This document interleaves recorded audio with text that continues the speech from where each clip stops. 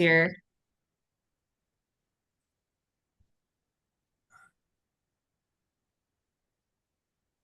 Okay. Can you all see that? Yep. Okay, so I don't know if any of you had a chance to try to connect to the data portal, but this is basically what it looks like. I'll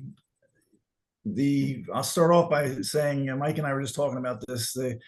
The way you get to it is using an IP address. It doesn't have what they call a URL, which is like a QWA or anything. It's just numbers you put in. And that's because two reasons. One is I'm cheap and I didn't feel like paying for get a URL. And the other is that I thought eventually this would just be tied into the watersheds page, and it wouldn't really matter if it was just an IP address. So for now, to get to it, you have to punch in all those numbers. But once you do it, just bookmark it, and then you can go there anytime. And soon we'll have it linked to the main page. And then I'm just giving you kind of a summary of what's in our database right now. There's almost 270,000 measurements that are in there. I'm sorry, almost 300,000 measurements. 270,000 of those are automated measurements, which are from our HOBO sensors and the YSI datason. Then there's 2,500 manual measurements. They are not all ours. A lot of those are measurements done by U.S. Geological Survey or Pennsylvania DEP. But we have in our database a total of 49 sampling locations. And I just want to emphasize that the Watershed Association has full control over the design and appearance of this. This is not somebody else's software. This is not somebody else's site. This is ours. So if there's something you don't like or something you'd like to see in way of an improvement, we can make the changes to meet our needs. So let me go on then and just tell you how you retrieve data from it. It needs you to provide it with three things. You'd have to tell it where you want the information from, and you can select one or multiple locations to retrieve data from. You can even select all the locations if you want to see the data at all locations. You can do that. Then have to tell it what it is you want to look at, what parameter. Right now, it will let you select just one parameter or all the parameters. You can't select like 2 or 3 parameters. You have to select one or all of them. And then the last thing you have to tell it is when is it that you're interested in looking at? What's the time frame? Right now, the database goes back to 1990. So the earliest data that's in is 1990, but I'm hoping to add some older data in there as well before too long. So that's what it looks like. That's what's in it right now. I'm going to go to a live link on it now so we can go through a data retrieval.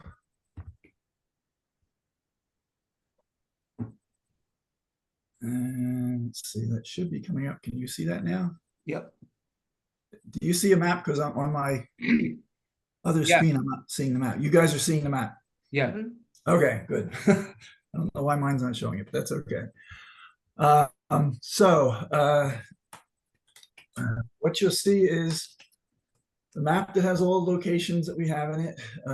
If you click on one of the buttons, it will tell you with the name of the site. The first part of it tells you whose it is. So that tells you this is a U.S. Geological Survey site. And then their assigned number and then where it is. So that's how you can locate sites if you're interested in it.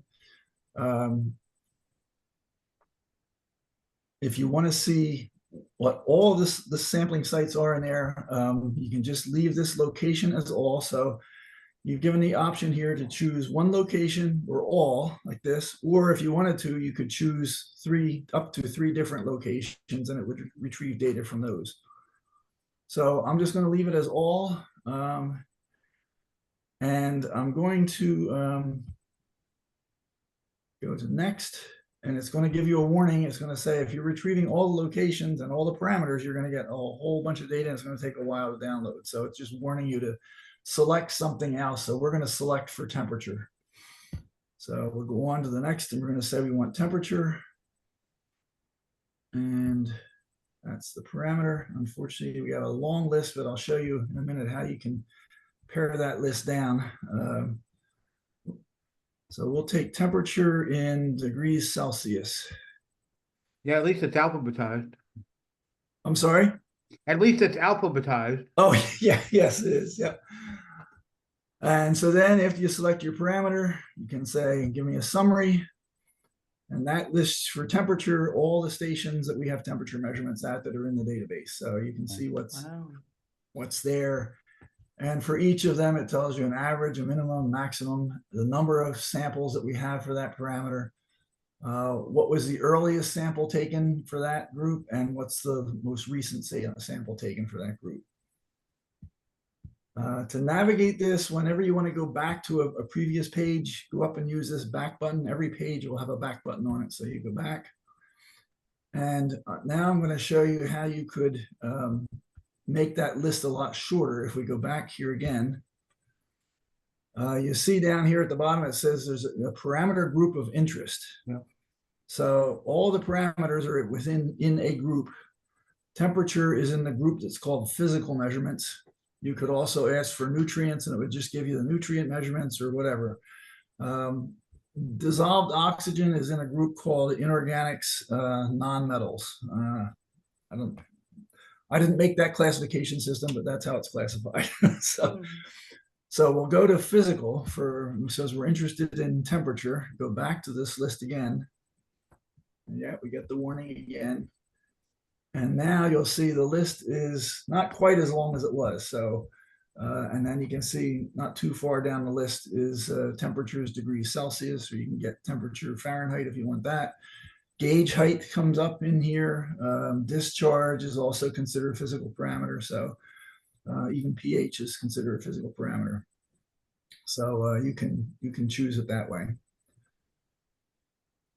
So I'm going to go back to the beginning, and let's say you wanted to see how does Quittapilla Watershed Association data match up to other agencies' data. So let's go to a site that we know we have lots of, everybody measures at the site, and that's the Belgrove site. Let's go over there. Zoom in on that. Oops, not that.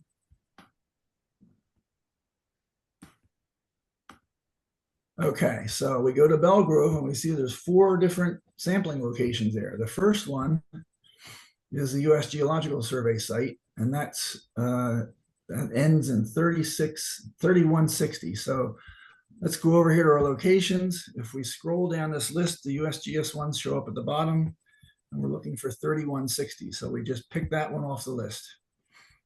Next one on the row here is our station, Q2.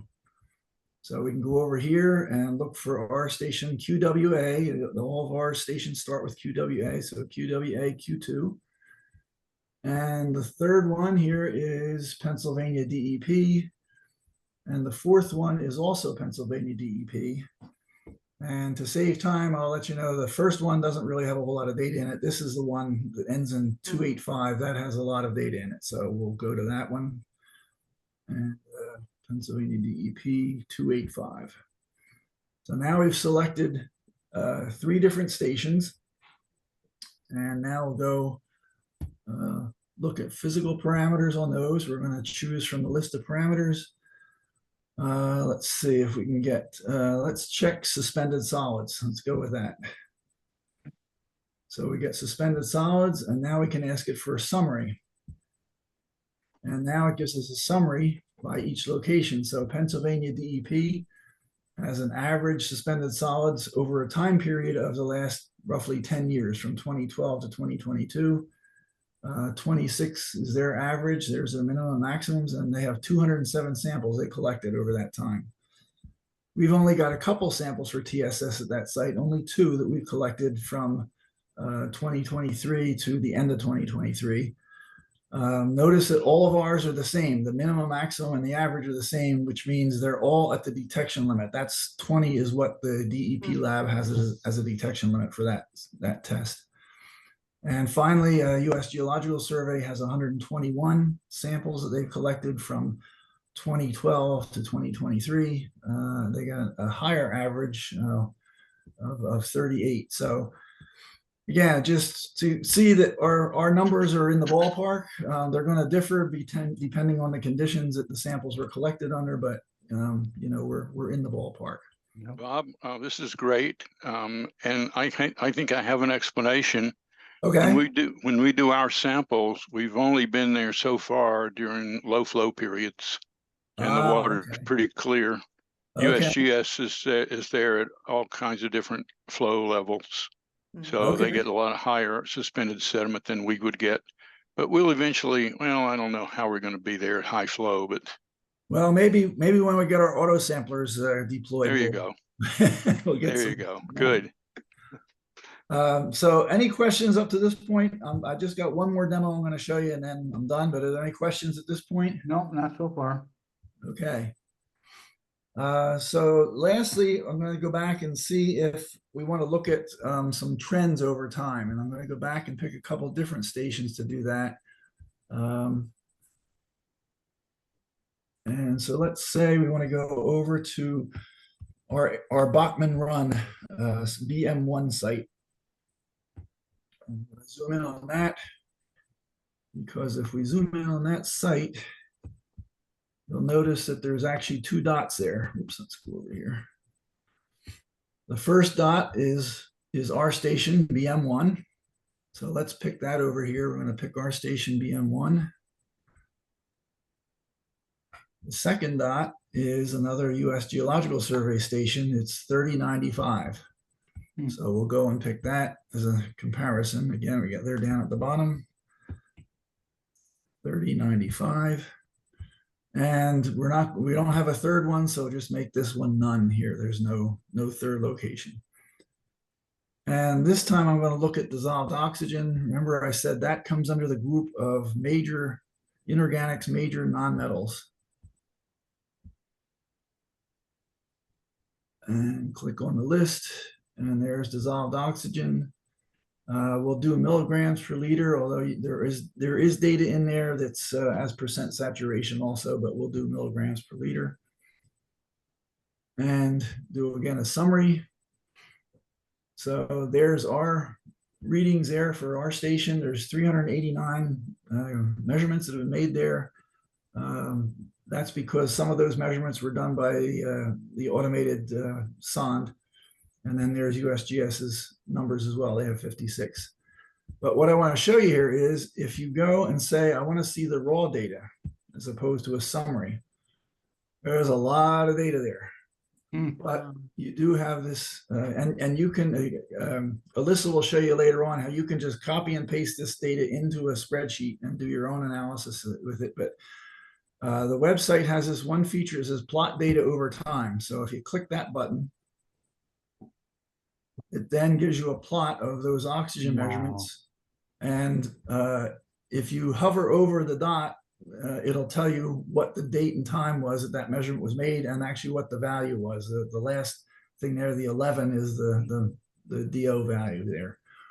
So what we see with this is there's a lot of USGS work done here back in the early 90s. USGS did some other work in here in around 2006. And this is our work over here. If you look at these stations, these are the dates. Katie will recognize these because these are dates that we were out sampling. And so there's all of our numbers. And then there's this cluster over here. So let's zoom in on our data and take a little closer look at that. To zoom in on the time, you just go back and you select this time frame. So let's look at, we'll look at June, middle of June of this year, and see what we can find there. So let's go back to where we can select dates. So we're going to say 06, 07, 2024, and we'll end it with 06, 11, 2024. So now let's go back with those dates, retrieve the raw data, and then ask it again to plot the data over time. And now you can see that that's the data from the sonde. That's remarkable. Yeah. So also, it's giving a regression line here. Don't put a whole lot of stock in that. It's it's just there to kind of give you an idea. For really long data sets, you can kind of get an idea. Is it generally going up or down? But I debated whether to include the regression line or not, and I'll take any suggestions if you want it out of there. So with that, I'm So going can to we turn go it over back a to. second, Bob, Oh yeah, sure. and look at that, at that chart again? Yeah, So is that saying that 12 p.m., that's noon, right, we have a higher level of dissolved oxygen, right. but it's warmer in the day, so wouldn't dissolved oxygen go down? It's also sunnier during the day, and so you might have more phytoplankton activity, or Okay. plant activity. Also, probably a better plot to make would be to look at the percent saturation. That might give you a better indication, because Very interesting. this is also Bob, temperature related. Yeah. Bob, So this the is great. low point is coming at about 10:30 at night on these plots here. Again, over here about 10:30. So Bob, this is great. You sent these data previously before you actually show this demo. I plotted them myself, and I wanted to congratulate you. This was just like a trial run for the sonde, as yeah, I recall, that you yes, did, and I appreciate that. And these data look beautiful. Yeah. Exactly good. what you would expect. You would expect that when the sun shines, the dissolved oxygen goes up because of photosynthesis in the water. Okay. And when the sun goes down, the dissolved oxygen goes down as well. Okay. So, Mike, in this case, the sunshine is really overriding whatever temperature effect there may be. But Yep. you were exactly right. A warmer temperature would normally mean less dissolved oxygen. Mm. But So, what is particularly heartening is the very regular pattern, that it's clearly, recording data that is regularized. correct, Mike. Agree with you 100%. It looks like our sonde is working fairly well over at least this 4 or 5 day period. Yep. Yeah. And I will also mention, if you go and retrieve the gauge height, which is our staff level readings, gauge height is also what's recorded for the hobo sensors. You'll notice if you retrieve that, let me just go back to one screen here. There'll be a column here that has qualifying code or qualifier code. On those readings for the hobo sensors, the level, I don't have a high level of confidence in, because they drift. So this column will have a J in it for all those readings for the hobo sensors. And the J means it's an estimated value. I've done the best I can to adjust those or correct them with the actual measurements that we made off the staff. But again, use those data from the gauge for the hobo sensor, use them with some caution. Let's just say that. So with that, I'm going to turn the screen over to Alyssa, and she's going to show you what more you can do, a lot more she can do with this data from this point on. So Alyssa, it's all yours. Okay, Kara joined us. Thank you, Bob. That was great. That was great. Yeah. So through Bob and I working together, we have found a ton of different ways to manipulate all of the data in the database. So I'm gonna go ahead and share my screen here. So I'm just gonna pull up his database again. You should be able to see that. So I can't see now. Okay, so if you go back to the main page here. So say I wanted to pull just general data. I'm just gonna go here. I'm not gonna pick a location or a group of interest. I'm just gonna hit next.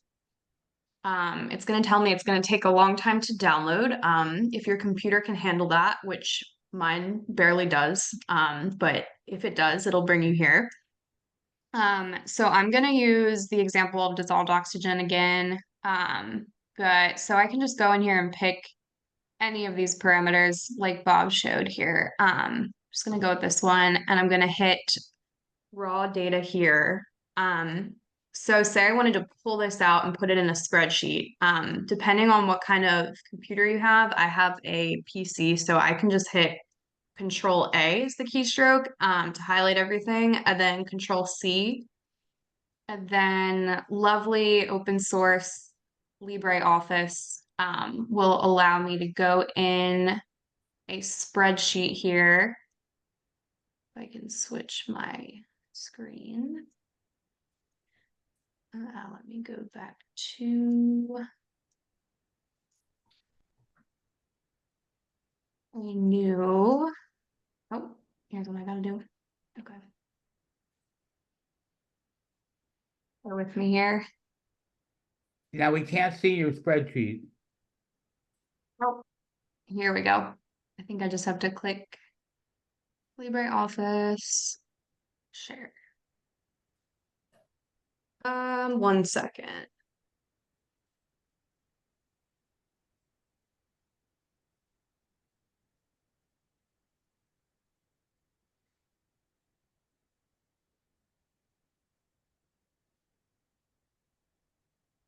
All right, there we go. So I just have a blank spreadsheet open here. I'm just gonna go in the cell and Control V, paste all the data. It highlighted everything, so I'm just gonna delete these cells.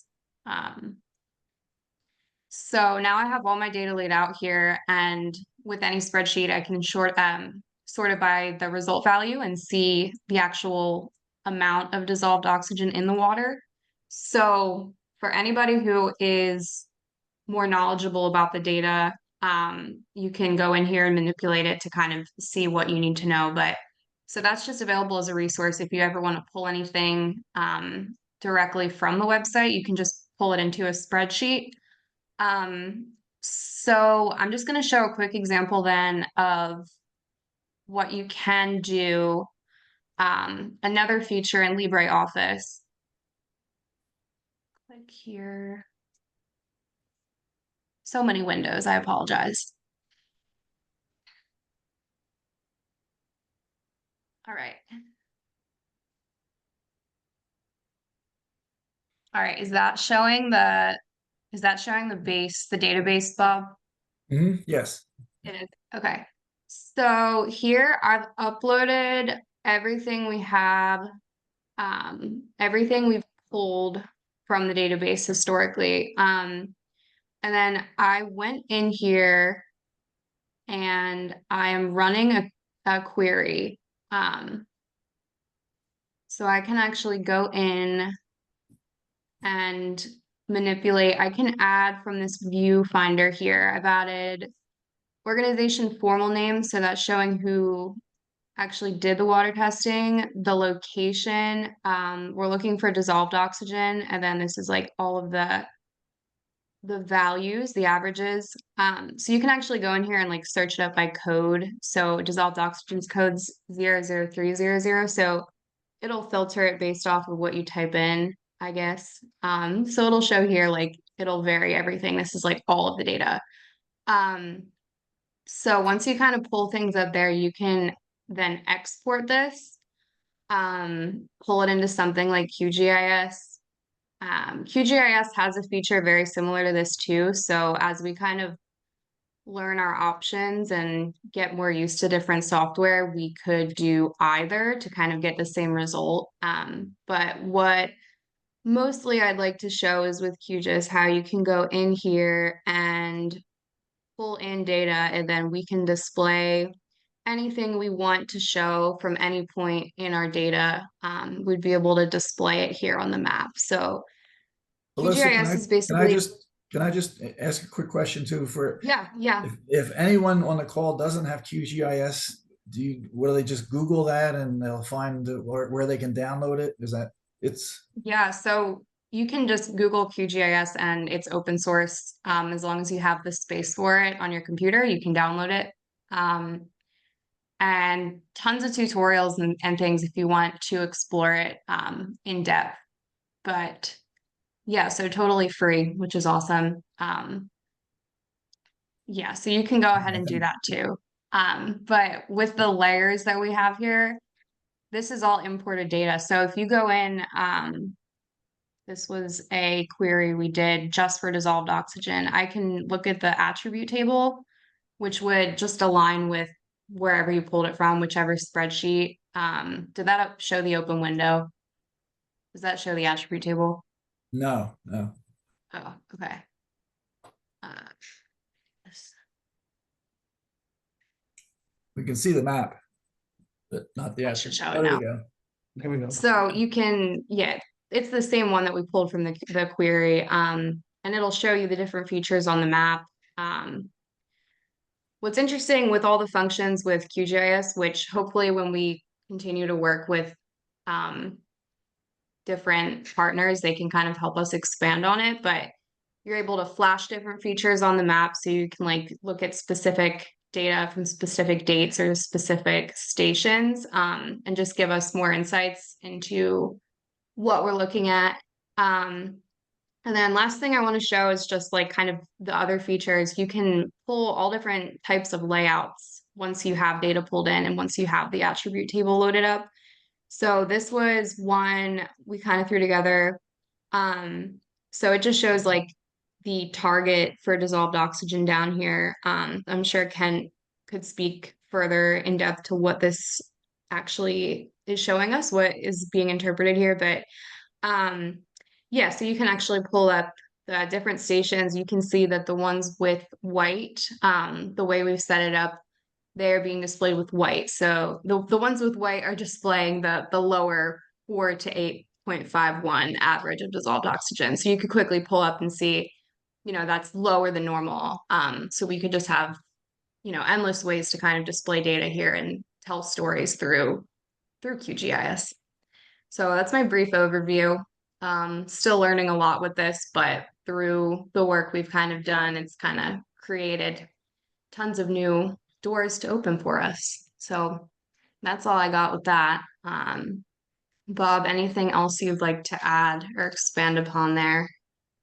No, I think Alyssa's been delving into QGIS and found a number of different features in there that we'll be able to start to make plots that relate to the standards. That I know Kent, we talked about that at one of our last meetings, I think. So those dots that she was showing, we can classify those via the standards, and I think those are the types of maps that may be useful to Julie Cheney and her folks too, Mike, to see how much of our streams are meeting the standards and where they're not. And I know Pennsylvania DEP does that, but they don't revisit it quite as frequently as we do. So, we can probably take a look and see what we're finding as well. So yeah, right on target, Bob. And not only that, but we could make posters for things like old Anvil days or for wherever we're giving a talk. So this can really facilitate that quite well. Thank you, guys. Yep. Yeah, thank you so much. Yeah, beautifully done. Beautifully done. Nice. Actually, excellent start. Well, please give us your ideas too. If there's other things, things you want to see, or if you're having any problem accessing the data, let us know. That all of the data is in right now, except for we're still waiting for the last set of results from the DEP lab. But I think other than that, you guys tell me if you see something's missing, let me know and I'll get it in there. But I think everything's in. And also just for future directions, one of the things that I'm very close to having added here is another parameter, which will be rainfall. I have all the rainfall records for the Lebanon National Weather Service office, or their station, back to 1990. So that's the daily rainfall record. So eventually you'll be able to do what Kara was showing. You could pull up all the data from a certain parameter. Say you want to look at suspended solids. And then next to that, you could say, what was the rainfall, associated with that, that parameter. And even the plots that we were doing online here, those might also be able to show both of those together, the rainfall and another parameter. So Yeah, that would be really, really key, Alyssa, like for those dissolved oxygen plots. If we could see a plot of temperature on the same graph, that would be just informative, very informative. Yep. And a number of others similar to that. And so for that dissolved oxygen graph, Bob, we had one outlier value of 5.0 when you showed the longitudinal yes, dissolved oxygen. That outlier probably needs to be checked. okay, What was the date? What was the flow? That sort of thing. okay, Maybe that's a legitimate number, but it looks suspicious. yeah. Just when you just get one like that, Right. Right. Yeah. Right. So, Well, this is really excellent, and to me, it strikes me that it's a matter of just going in and playing with it and trying different combinations and seeing what you can do and making mistakes and going back and trying over. So I look forward to playing with it. yeah, I'll also add one other feature of this database is that we can easily share this information with other groups, other organizations. So, for instance, the alarm people, if we work out with them that we want to share our data with them, it's very easy to export this in a way that they can pull it right into their database. Wonderful. So, and even the county, if they wanted to tap into it, as Alyssa was showing, she could connect LibreOffice to it. You could do the same thing with Microsoft Office. You could bring that into a database in Microsoft Office and use it that way. So it's very easy to share our information if we desire to do that with others. So. Terrific. Well, this is really fabulous. No. Oh, thank you all. Thank you all. Yeah, Thank you all. Alyssa and all her hard work too. So it's been Likewise. fun. Appreciate everybody. Well, what a Great team job, effort. Bob and You guys are Alyssa. great. Well, thank you everybody for your time. And again, any questions, please let us know. So Will do. Thanks so much, and I look forward to that link, Alyssa. I Okay. will send it your way. Great. Thanks so much. all right, everybody. Thank you again. Have a good Bye. evening. Bye. You too. Bye. Good night. Guys.